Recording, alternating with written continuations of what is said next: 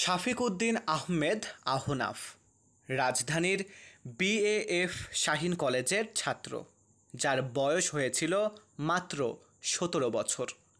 তারুণ্যে পদার্পণ করার স্বর্ণালী সময়টাও যার উদযাপন করা হয়নি।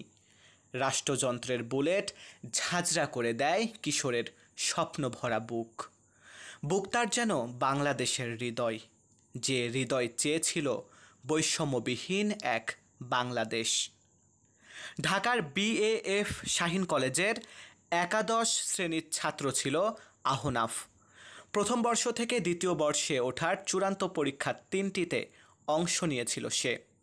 এরপর বৈষম্যবিরোধী ছাত্র আন্দোলন শুরু হলে বন্ধ হয়ে যায় দেশের সব শিক্ষা প্রতিষ্ঠান। লম্বা বিরতির পর সহপাঠীরা সবাই রোববার ১৮ আগস্ট আবার পরীক্ষা হলে বসেছে।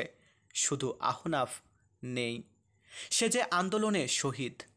যে টেবিলটাতে আহনাফ বসত, সেই টেবিল ছিল আজ ফাঁকা। আহনাফের স্মরণে তার সিটটাতে ফুল রেখেছে বন্ধুরা। গত ৪ আগস্ট রাজধানীর মিরপুর ১০ নম্বরে ছাত্র আন্দোলনকে কেন্দ্র করে সংঘর্ষে গুলিতে নিহত হন আহনাফ। আহনাফের যেদিন মৃত্যু হয় তার পরদিন বাংলাদেশে ঘটে গণ অভ্যুত্থান। দেশজুড়ে ছাত্র জনতার আন্দোলনের মুখে সাবেক প্রধানমন্ত্রী শেখ হাসিনা পদত্যাগ ও দেশত্যাগ করে ভারতে পালিয়ে যান। কিন্তু অভ্যুত্থানের সফল সমাপ্তি দেখে যাওয়া হয়নি বুলেটবিদ্ধ আহনাফের। বিজয়ের উদিত সূর্যের কয়েক ঘন্টা আগে জীবনবাতি নিভে যায় তার। পরীক্ষার হল থেকে সবাই ফিরে গেছে ঘরে। আহনাফের নামটা রইল যে একা পড়ে।